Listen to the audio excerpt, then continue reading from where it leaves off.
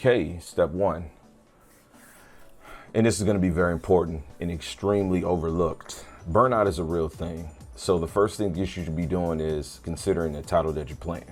Go through your selection of games. Doesn't matter if it's Tekken, Fortnite, Halo, Minecraft, I don't know, Blaze Blue, Dragon Ball Fighter, Street Fighter, Mortal Kombat, and see which game did you actually want to compete in.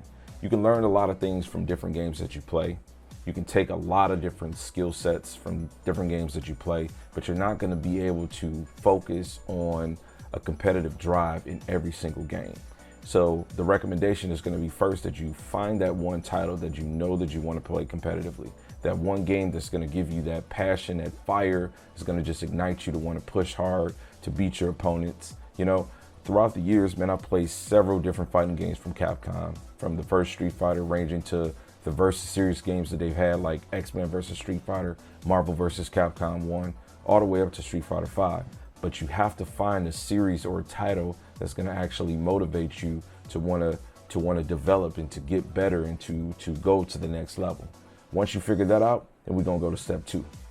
All right, so in step two, we're going to get really technical with things, okay? Once you've decided, hey, I'm going to be playing X, Y, and Z game or A, B, and C game, we're going to get technical into things and how you can improve.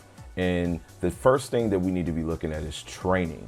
Now, training, you might think, yeah, you know, I've used training mode before, but training in the training room is actually a privileged thing, something we can thank consoles for, because in my time where I grew up playing competitively, we had arcades. You had to invest money, currency immediately at that time to play people.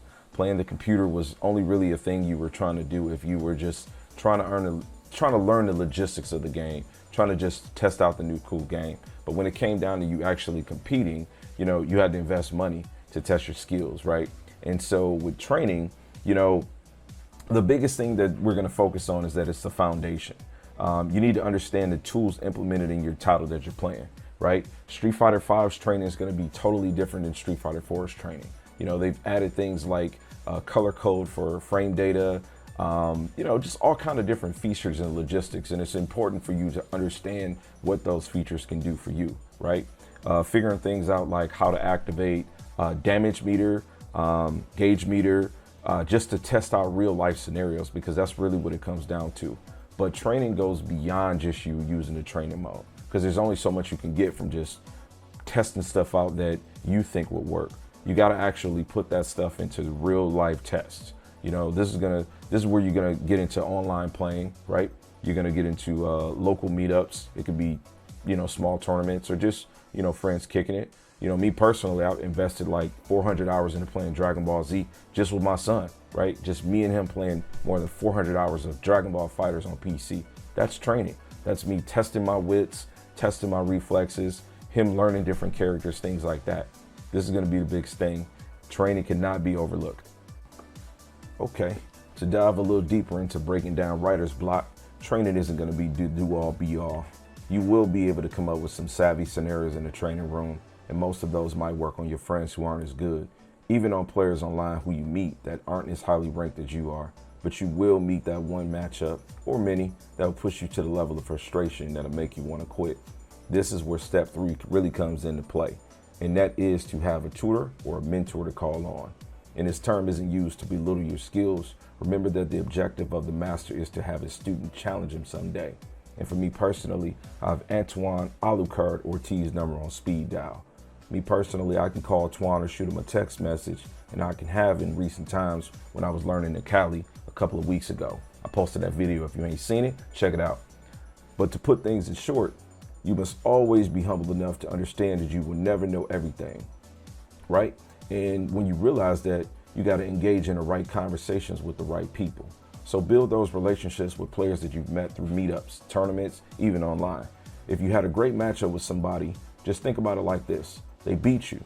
They got something you don't understand, even if it was just learning the matchup in those 2 out of 3 fights that you had. Hit that person up with a message. Ask them for the run back. Ask them for some tips without the ranked points being online, just so you can get a better understanding of the game. All right, number 4 is going to be a TKK special, right? And a lot of players are not up on this, not at least intentionally. And that's going to be to document your progress, man.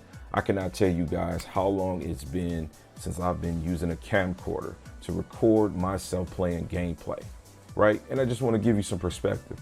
Think about your favorite sports person, right? It could be a boxer, football player, basketball player, European football. Doesn't matter what they do, even UFC. That's a really popular sport these days. The biggest thing that you got to understand that within their lifestyle, they are watching the previous events that they attended. They're doing that not because of ego. They are trying to break apart and see what they did right, see what they didn't do right, see how they can do better next time. And that's exactly what you got to do. Now, we live in a time and age where if you stream, things are documented, posts get re-uploaded if you do a stream on YouTube. For example, I streamed Saturday. That post is on the channel now. So for anybody that didn't get to see that, look in the description. I got a link to that there, but you get the idea. The point is, the playback is going to be there for you to critique yourself.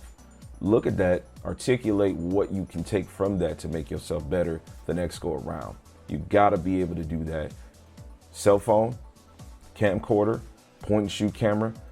Invest in the technology so that you can document what you're doing. Roll back the matches, learn from the matches. All right, we've made it to the 5th and final mention of this video, and this is going to be the most important, truly, okay?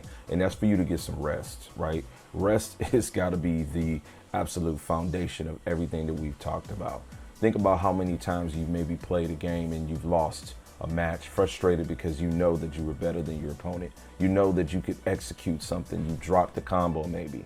Well, that comes from you not understanding that you have to desynchronize. You have to disconnect yourself. You have to take yourself away from the moment. Rest doesn't have to necessarily be sleep, but sleep is certainly important.